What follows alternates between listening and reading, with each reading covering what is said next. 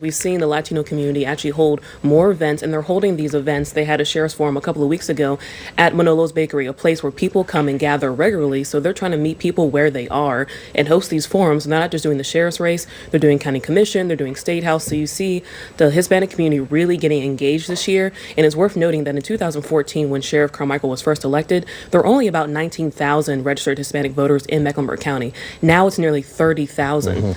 When police officers got to the scene, yes, Ruben Galindo was talking to a Spanish interpreter on the phone on 911, but when police got to the scene, they were saying, manos, manos, which is hands, but they weren't saying put the gun down. And that's something that came up from this case, is that police said, you know what, we admit, we teach people Spanish commands for hands up, but not put the gun down. That's always been kind of a red flag for council members in the past, raising taxes. That's right. And I actually talked with a veteran council member, Ed Driggs, who's been on the budget committee, so very much a numbers guy, and he feels like this is a very ambitious budget, and he doesn't want people to be disappointed. He says they really need to be more practical, honestly. Look at what really can be accomplished, what can be done. And I know Lawana Mayfield the other day said, how about a 3-cent tax raise?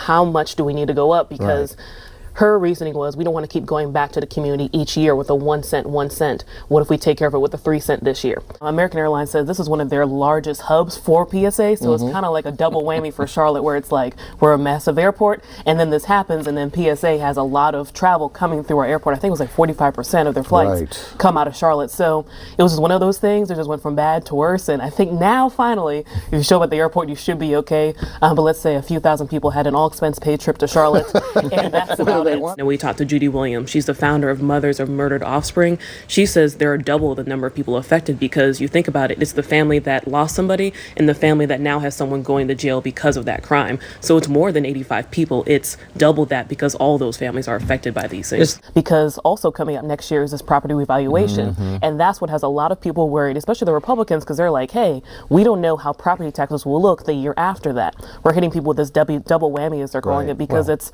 a tax increase here. The city has a tax increase, so it only affects people who live within city limits as well. But still, you're looking at how will this affect people in essentially these gentrified neighborhoods that 8 years ago, your property taxes were probably here.